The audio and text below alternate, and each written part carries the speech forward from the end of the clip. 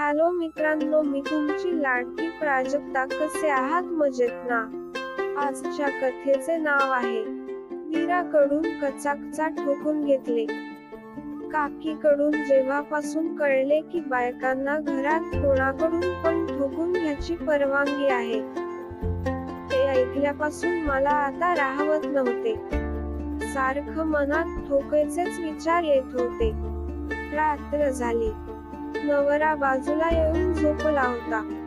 Light बंद केली खोलीची. पहिला प्रश्न पडला की कोणाकडून सर्वात आधी ठोकून घेऊ. पहिल्यांदा असे काही करत होती, त्यामुळे खूप मनात भीती पण होती. एक एक करून मी पर्याय पाहू लागले.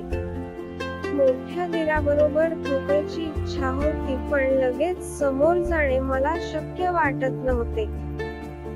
मला आठवले की लहान दीर आहे, त्याचे लग्न पण झाले नाही. त्याला काकीला पण ठोकताना पाहिले होते. लहान दीर जवान पण होता आणि त्याच्याकडून ठोकून घ्या पण मजा येईल, म्हणून मी त्याच्याकडून ठोकून घेण्याचा विचार केला. दीरात व्यायाम करताना मला दिसला. त्याने शर्ट घातले नव्हते, फक्त शॉर्ट पॅन्ट होती. मी हळूच आत गेले आणि जवळ जाऊन लहान दीराला प्रसाद आहे म्हणून त्याला हातात वाटी दिली. दीर चमच्याने शिरा खाऊ लागला. त्याला तो खूप आवडला. मी त्याच्या बाजूलाच उभी होती. रूम मध्ये दुसरे कोणी नव्हते. मला ही वेळ बरोबर वाटली ठोकून घ्यायला. मनात खूप भीती होती. काय होईल पुढे माहित नव्हते.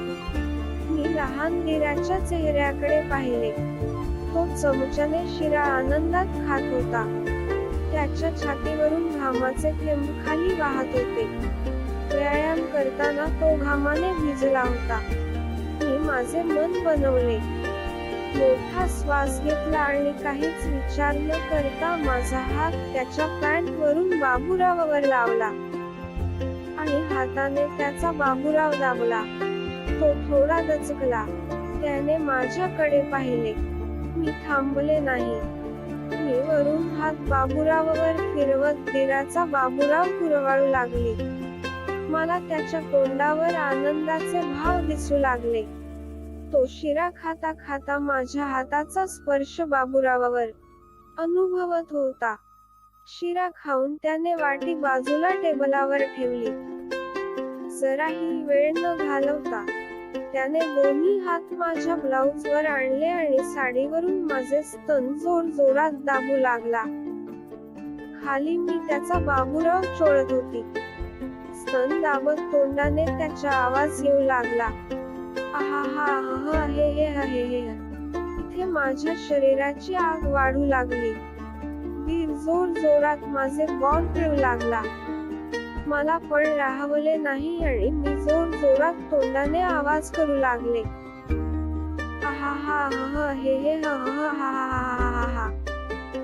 बॉल दोन्ही हाताने दाबत दीर माझ्या जवळ आला आणि त्याने माझे तोंड दोन्ही हाताने पकडून माझ्या होठांवर घट्ट किस केले. त्याचे होठ माझ्या होठांना लागताच मी वेडीच झाले. मी त्याला घट्ट मिठी मारली. त्याचे शरीर घामाने भिजले होते. त्याच्या शरीराचा एक वेगळाच सुगंध येत होता. दीर आता माझ्या होठाचा रस पिऊ लागला आणि मला घट्ट मिठी मारून माझ्या पाठीवर हात फिरवत होता. हळूहळू त्याचा हात खाली जाऊ लागला.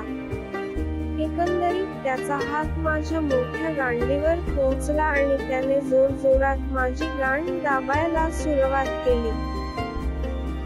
वर मोठावणार किस करत होता आणि मागे माझी गांड दाबत होता. त्याचा तो स्पर्श मला खूप हवाहवासा वाटू लागला. मी माझी मिठी अजून घट्ट केली आणि माझे बॉल त्याच्या शरीराला घट्ट दाबून ठेवले. मी आता खूप उत्तेजित झाली होती. दीराने माझा पल्लू खाली पाडला. मागून ब्लाउजची नाडी सोडली. पाठीवर हात फिरवत माझ्या ब्राचा पण हुक काढून टाकला. खूप काढताच तो मागे सरकला आणि हळूच माझ्या बॉलवरून ब्लॉकचे आवरण बाजूला केले. जसे माझे ताजे टवटवीत बॉल समोर आले, तो वेडाच झाला. त्याने धडकन माझ्या बॉलवर धाव मारली आणि जोरात बॉल दाबत माझ्या दोन्ही बॉलच्या मध्ये जिभेने चाटू लागला. मी चैताळली आणि ओरडू लागली, वीराने बॉल दाबत माझे निप्पल तोंडात घेतले. दुधासारखे गोरे बॉल पाहून जणू तो वेडाच झाला होता. त्याच्या हातात खूप ताकद होती. तो वेड्यासारखा जोरात माझे बॉल दाबून पिळत होता, चोखत होता. मला आता त्याचे बॉल दाबणे सहन होत नव्हते. त्याला थांबवण्यासाठी मी लगेच त्याचा लवडा धरला आणि त्यावर हात फिरवत खाली बसू लागली. त्याने मला सोडले आणि मी वीराच्या समोर खाली बसली. त्याची लहान काळी शॉर्ट पॅन्ट मी पकडून खाली खेचली. आत वीराने काळ्या रंगाची अंडरवेअर घातली होती. वरून मला दिसून आले की दांडा मोठा झाला आहे. मी आधी एका हाताने वरून हात फिरवला, मग कमरेवर अंडरवेअर पकडून खाली खेचू लागली. हळूहळू खाली खेचून अंडरवेअर खाली सरकली. आतून बाबूराव उड्या मारत बाहेर आला. माझ्या डोळ्यासमोरच बाबूराव चाटोवर खाली नाचू लागला. मी पूर्ण अंडरवेअर खाली खेचून पायातून काढून टाकली आणि वीराला पूर्ण नागडे केले. बाबूराव मुठीत पकडला आणि बाबूरावच्या गुलाबी टोकाला जवळून पाहत त्यावर माझी जीभ लावली. माझी जीभ टोकाला लागताच वीर ओरडला. मी जीभ टोकावर गोल गोल फिरवू लागली. बाबूराव चोखायला सुरुवात केले. बाबूराव खूप गरम होता. मी पूर्ण तोंडात घेतला आणि आत बाहेर करून चोखू लागले.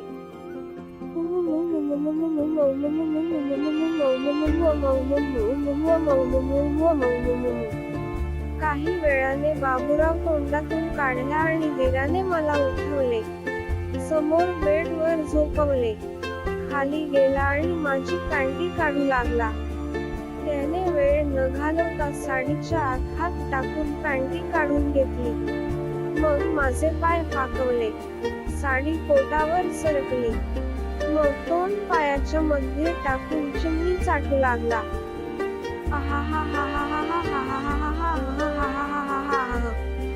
त्याच्या चिमणी चाटण्याचा कृत्याने मी जणू स्वर्गात पोहोचली होती. वीर खूप प्रेमाने माझी चिमणी चाटत होता. खूप गरम झाली होती कुची.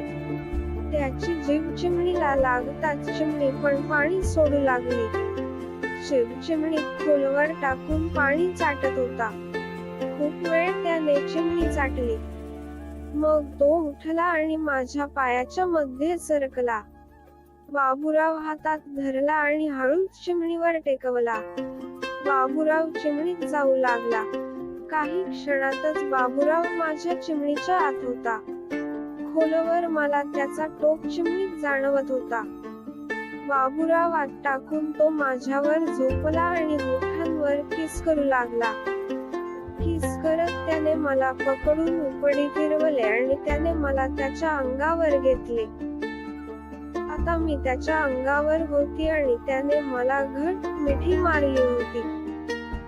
मग मी मागे सरकली आणि आता त्याच्या बाबूरावावर बसली होती. खाली चिमणीत बाबूराव अडकला होता.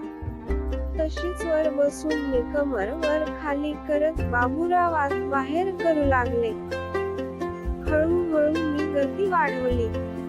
वीर तोंडाने आवाज करत ओरडू लागला.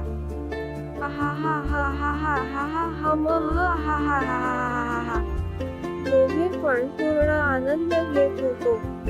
ते वेळात मागून कोणीतरी घरात येण्याचा आवाज आला. मी थोडी घाबरले.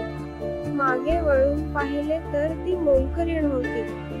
ती आता लिखोलीत पण मी थांबले नाही. मी बाबूराव चिमणीत वर खाली करून ठोकत होती. मोलकरीणने विचारले, वीराला धुवायचे कपडे कुठे आहे? त्याने असेच ठोकत तिला बोटाने इशारा केला. समोर बादलीमध्ये कपडे होते. मोलकरीण गेली आणि बादली उचलून बाहेर जाऊ लागली. आम्ही दोघांनी ठोकायचे थांबवले नाही. मोलकरीण अशी वागली जणू तिने काही पाहिलेच नाही. ती निघून गेली आणि आम्ही आमची गती वाढवली. काही वेळाने वीराने मला खाली झोपवले आणि तो माझ्यावर चढला.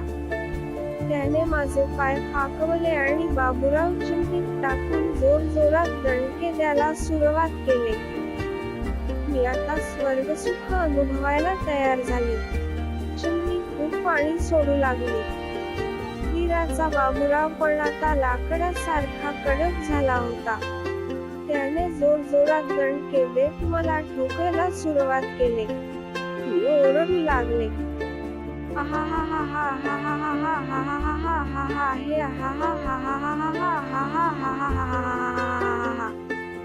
जोराच्या दणकेने माझे पाणी निघाले आणि चिमणीने बाबूरावला पूर्ण ओले केले.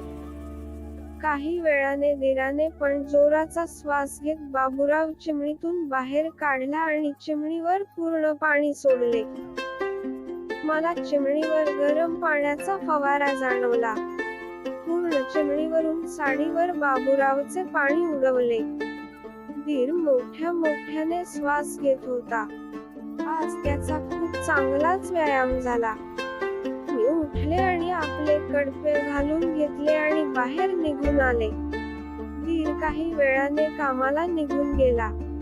मी खोलीत जाऊन थोडा आराम केला.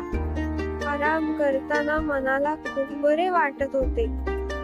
खरंच नवरा सोडून दुसऱ्या माणसाकडून ठोकायला खूप मजा येते. एक वेगळीच मनाला शांती मिळते. मी थोडा वेळ झोपून गेले. दुपारी उठले. मग जेवून आपल्या कामाला लागले होते. आता मला कसे तरी मोठ्या वीराकडे पोहोचायचे होते. मला त्याचा बाबूराव पाहायची इच्छा झाली.